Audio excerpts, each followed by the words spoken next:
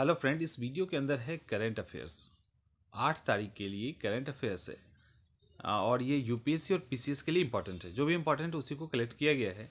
गैर सोलर अक्षय ऊर्जा क्रय बाध्यता योजना, इसके अंतर्गत अब जो बड़ी बिजली परियोजनाएं उसको भी शामिल कर लिया गया है। गैर सोलर अक्षय ऊर्जा क्रय बाध्यता योजना के अंतर्गत बड़ी परियोजना क्या होती है? जो 25 मेगावाट से ज़्यादा हो। 25 मेगावाट से कम क्षमता की जो भी पनबिजली परियोजना होती है वो पहले से ही अक्षय ऊर्जा के अंतर्गत शामिल है। पहले से ही शामिल है, लेकिन अब 25 मेगावाट से अधिक की जो भी परियोजना होगी वो भी अक्षय ऊर्जा के अंतर्गत ही होगी। ये ध्यान रखना है कि वो भी अक्षय ऊर्जा के अंतर्गत ही होगी। वर्तमान में पनबिजली परियोजना की जो अनुमानित क्षमता है वो 1,45,320 मेगावाट है। 1,45,320 मेगावाट है, परंतु अभी तक भारत 45,000 मेगावाट क्षमता ही हासिल कर पाया है।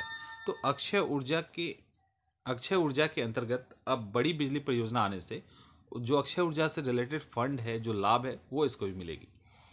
प्रधानमंत्री भारतीय जन औषधि परियोजना क्या है ये आखिर?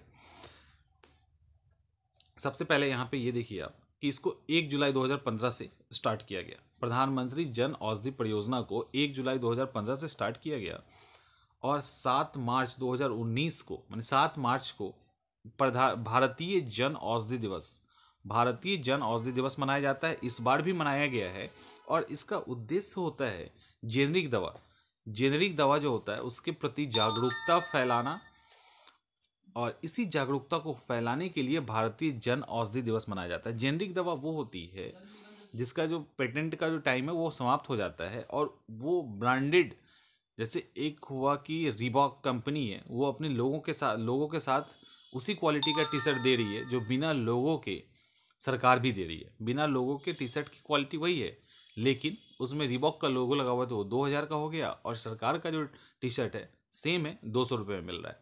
तो वही है जेनरिक दवा के साथ। ब्रांडेड दवा महंगी होती है और सेम कॉम्पोजिशन का, सेम क्वालिटी और मतलब सेम ही दवा अगर बिना ब्रांड के सरकार जब बेचती है तो उसकी कीमत बहुत कम हो जाती है। उसको हम लोग जेनरिक दवा कहते हैं। तो आम तौर पे धारणा है कि जो ब्रांडेड दवा है, जिस तरह से ब्रांडेड कपड़े होते हैं उस तरह से जो ब्रांडेड दवा है वही अच्छा होता है। जेनरिक दवा जो है सरकार बनाती है, इसीलिए वो उतना बढ़िया नहीं होता। ये आम तौर पे धारणा है। इसी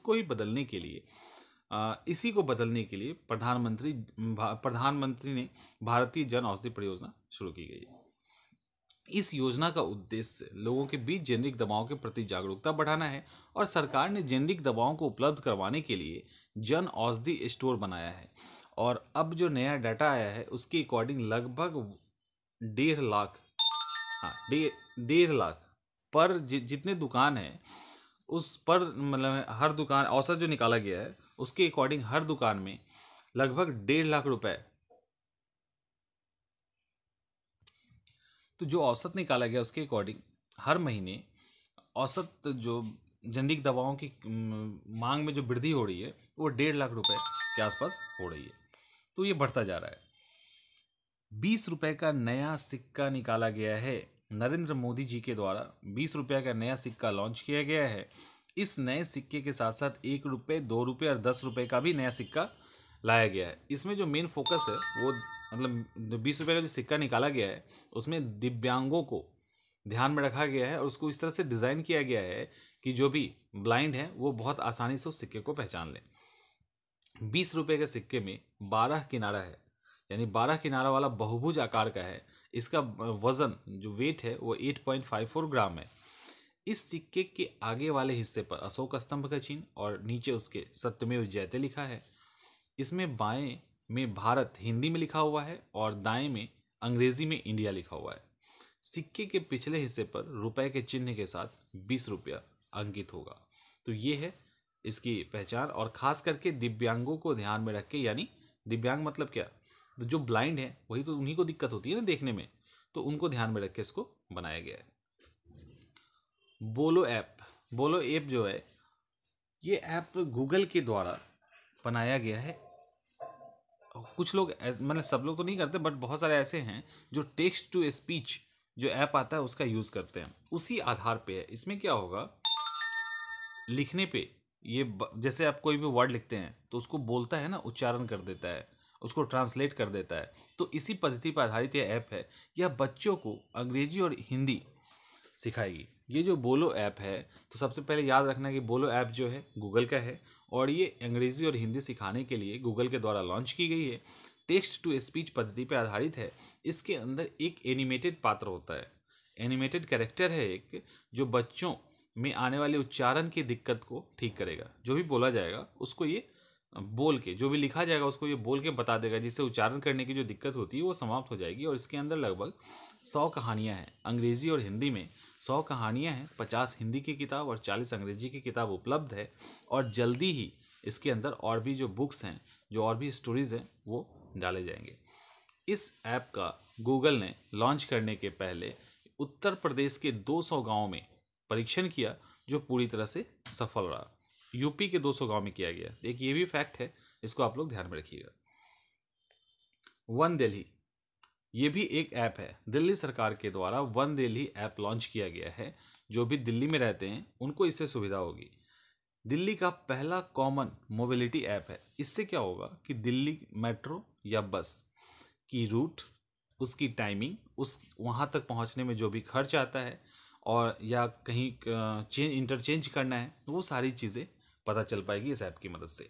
बस की टाइमिंग क्या है, कौन सी बस किस रूट पे चलती है, बस कितने बजे तक आ पाएगी। तो ये मतलब एक तरह से जीपीएस है इसके अंदर लगा हुआ, जिससे आपको सब कुछ पता चलेगा। और जो भी रूट, जहाँ पे भी आप जाना चाहते हो, उसका शॉर्टेस्ट रूट क्या है, और मेट्रो से जाना फ़ायदेमंद है कि बस से जाना फ़ायदेमंद है, ये सारा चीज़ ये ऐप बताएगा। इसके अलावा इसमें तापमान और प्रदूषण की जानकारी भी प्राप्त होगी। ठीक है, तो तापमान, टेम्परेचर और पॉल्यूशन, इनकी भी जानकारी प्राप्त होगी।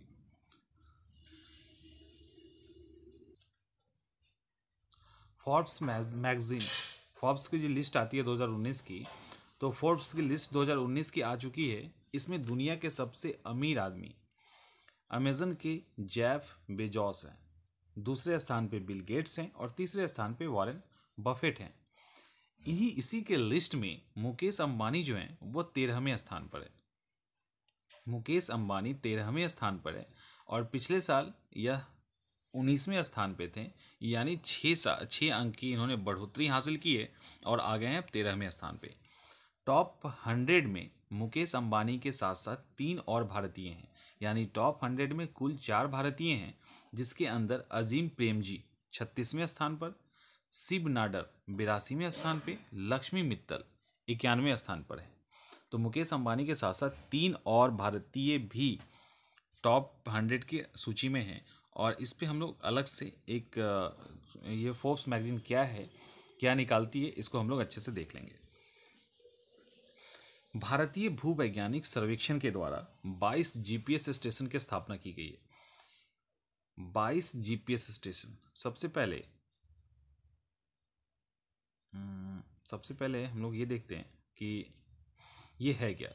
भारतीय भूवैज्ञानिक सर्वेक्षण भारत सरकार के खनन मंत्रालय के अधीन आता है। पहले ये ध्यान रखना, ये बहुत ही इम्पोर्टेंट है, बहुत ही ज़्यादा इम्पोर्टेंट है। भारतीय भूवैज्ञानिक सर्वेक्षण भारत सरकार के खनन मंत्रालय के अधीन एक कार्यरत संगठन है। इसकी स्थापना 1851 में की गई थी, यानी ये बहुत ही पुराना संगठन है। इसका मुख्यालय कोलकाता में स्थित है। इसका काम क्या है? काम है इसका खनिज संसाधनों का पता लगाना। कैसे पता लगाता है? तो इसके लिए ये जमीनी सर्वेक्षण करता है, हवाई सर्वेक्षण करता है, समुद्री सर्वेक्षण करता है। यानी जल, थल और वायु तीनों सर्वेक्षण के द्वारा ये खनिजों का पता लगाता है। कोलकाता में मुख्यालय है और खनन मंत्रालय के अंतर्गत है। ये एकदम मतलब ध्यान रखना है, यूपीएससी में ये क्वेश्चन पूछा जा सकता है। भारतीय भूवैज्ञानिक सर्वेक्षण के द्वारा पूरे भारत में कुल 45 जीपीएस डियोडेटिक वेधशाला की स्थापना करनी है। 35 को करना है, जिसमें 22 को किया जा चुका है अभी और 13 और बचा हुआ है। 22 को किया जा चुका है और 13 बचा है। इसकी जो स्थापना थी वो ब्रिटिश ईस्ट इंडिया कंपनी ने की थी। 1851 में ही स्थापित हुई थी। और ब्रिटिश ईस्ट इंडिया कंपनी, आपको पता है कि 1858 में उसका प्रशासनिक अधिकार गया था क्राउन के पास भारत की शासन गई थी, तो इन्होंने ब्रिटिश ईस्ट इंडिया कंपनी के समय ही पूर्वी क्षेत्र में कोयला की उपलब्धता हेतु उसके अध्ययन करने हेतु इसका गठन किया गया था। तो ये बहुत ही पुराना संस्था है और बाद में अंतर्राष्ट्रीय स्तर पे उभरा ये। तो पूरे भारतीय स्तर पर ये 35 जीपीएस जियोडेटिक वेधशाला स्थापित करना चाहता है, जैसे चेन्नई, देहरादून, जबलपुर, पटना भी है इसके अंदर, गांधीनगर, विशाखापट्टनम, अगरतला, ईटानगर, लिटिल अंडमान, इन सब जगह पे, इन सब को मिला के 22 जगह पे किया जा चुका है। 13 बचे हैं, जैसे Aizawl, Mangalore, Imphal, Chitradurga, Andaman, south Andaman, middle Andaman, north Andaman. तो ये सारा बचा हुआ है जहाँ पे इसकी स्थापना की जानी है। और ये जो स्थापना किया जा रहा है इसमें भूकंप की दृष्टि से खतरनाक क्षेत्र का पहचान करना, इसका उद्देश्य है भूकंप की दृष्टि से खतरनाक क्षेत्र की पहचान करना, इसके साथ ही मानचित्रण गतिविधि को बढ़ावा देना। वेब वंडर पुरस्कार, इसके अंतर्गत 30 महिलाओं को वेब वंडर पुरस्कार दिया गया, मेनका गांधी के द्वारा दिया गया है। इसका उद्देश्य है कि जो ये क्यों दिया गया, क्योंकि सोशल मीडिया के माध्यम से सामाजिक सुधारों को प्रेरित करने वाली 30 महिलाओं को यह पुरस्कार दिया गया है, जो सोशल मीडिया के थ्रू समाज के सुधारों को प्रेरित कर रही है, महिलाओं को प्रेरित कर रही है। तो इसके लिए इनको वेब वंडर पुरस्कार दिया गया है। ट्विटर इंडिया और ब्रेक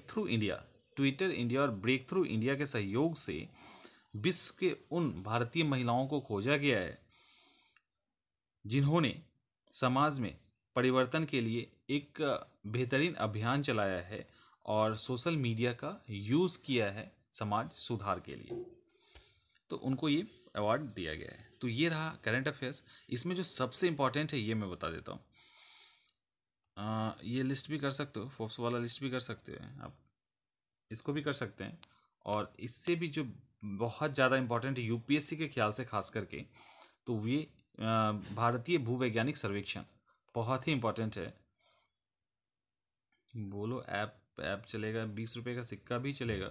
हाँ, प्रधानमंत्री जन औषधि परियोजना, इसको कर सकते हैं। पीसीएस के लिए तो सारा ही इंपॉर्टेंट है, यूपीएससी के लिए मैं बता रहा हूँ। और इसको भी, ये भी इंपॉर्टेंट है, ये बहुत ही ज़्यादा इंपॉर्टेंट है, तो यूपीएससी के हिसाब से भी बहुत इंपॉर्टेंट है। तो इस तरह से आप इसको